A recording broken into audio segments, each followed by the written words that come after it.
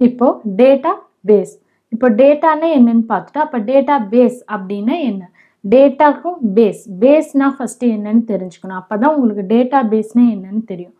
Base அப்படின்னா நார்மலாக சொல்லணும், ஒரு ரியல் வேர்ல்டு எக்ஸாம்பிளில் சொல்லணும்னா, இப்போ நீங்கள் ஒரு வீடு கன்ஸ்ட்ரக்ட் பண்ணுறீங்கன்னா பேஸ்மெண்ட்டுன்னு ஒன்று போடுவீங்க. அந்த பேஸ்மெண்ட் எதுக்குன்னா, எவ்வளோ அகலத்துக்கு அந்த வீடு இருக்கணும், எப்படி இருக்கணும், எவ்வளோ ரூம்ஸ் இருக்கணும், அது ஒவ்வொன்றும் எவ்வளோ சைஸில் இருக்கணும், என்ன மாதிரி இருக்கணும், இப்படி எல்லாமே தான். இல்லை எங்கெங்கே என்னென்ன ரூம்ஸ் இருக்கணும் அப்படின்றத, அப்புறம் அந்த வீடு எவ்வளோ ஸ்ட்ராங்காக இருக்கணும், இது எல்லாத்தையுமே தான் வந்து பேஸ்மெண்ட்டில் பண்ணுவோம்.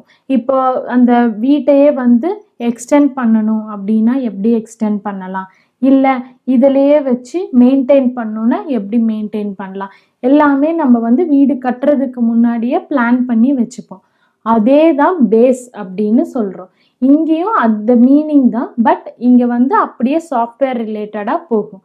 டேட்டா பேஸ்னால் நம்ம எழுதி வச்சிருக்கிற இன்ஃபர்மேஷன் இல்லைன்னா ஸ்டோர் பண்ணி வச்சிருக்கிற இன்ஃபர்மேஷன்ஸ் எல்லாமே வந்து எப்படி ஸ்டோர் பண்ணணும், எங்கே ஸ்டோர் பண்ணணும், அதை எப்போ எடுக்கணும், இல்லை எப்படி அதுக்கு செக்யூரிட்டி கொடுக்கணும், வேற யாரும் பார்க்க முடியாத மாதிரி, இது எல்லாமே பண்ணுறது தான் வந்து data base.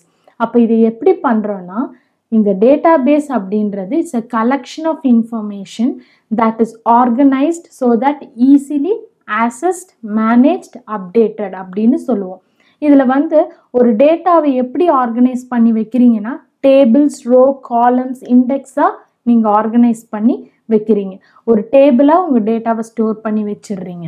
So data பேஸோட main யூஸே என்னன்னா வந்து நிறைய இன்ஃபர்மேஷனை ஒரே இடத்துல ஸ்டோர் பண்ணி வைக்கிறது தான் டேட்டா பேஸோட மெயின் யூஸே.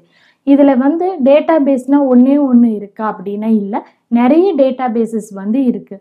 MySQL, Sysbase, Oracle, MongoDB, Informix, SQL Server, PostgreSQL, இந்த மாதிரி நிறைய டேட்டா பேஸ் இருக்குது. உங்களுக்கு எந்த டேட்டா பேஸில் நீங்கள் ஸ்டோர் பண்ணுமோ அதை நீங்கள் எடுத்து ஸ்டோர் பண்ணி உங்களோட டேட்டாஸ் எல்லாம் செக்யூர்டாக வச்சுக்கலாம். எப்போ வேணுமோ அப்போ யூஸ் பண்ணிக்கலாம். இதுதான் வந்து டேட்டா பேஸ் அப்படின்னு சொல்லுவோம்.